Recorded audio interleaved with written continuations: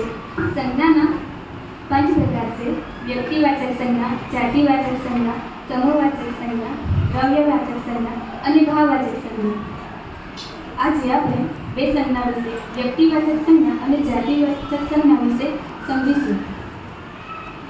વ્યક્તિવાચક સંજ્ઞા એટલે જેમાં કોઈ પણ પ્રાણી, પદાર્થ કે વસ્તુને વિશેષ નામથી ઓળખવામાં આવે એને વ્યક્તિવાચક સંજ્ઞા કહેવાય છે।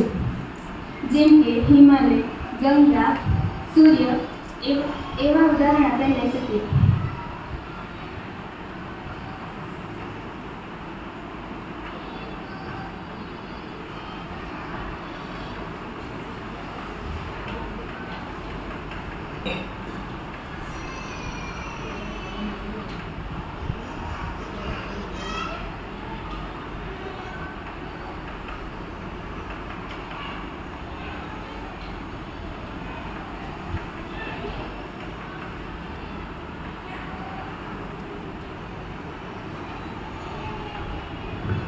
જાતિવાચક સંજ્ઞા એટલે જેમાં સંપૂર્ણ કે સમગ્ર જાતિને વર્ણન કરવામાં આવે તેને જાતિવાચક સંજ્ઞા કહેવાય છે।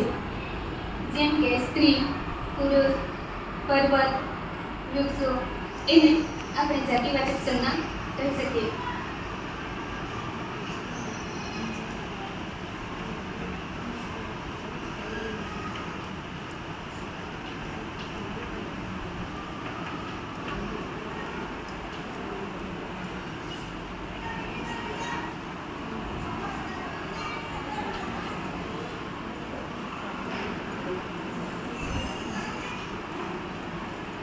હવે તમે મને વ્યક્તિવાચક સંજ્ઞા અને જાતિવાચક સંજ્ઞાના કેટલાક ઉદાહરણ આપો।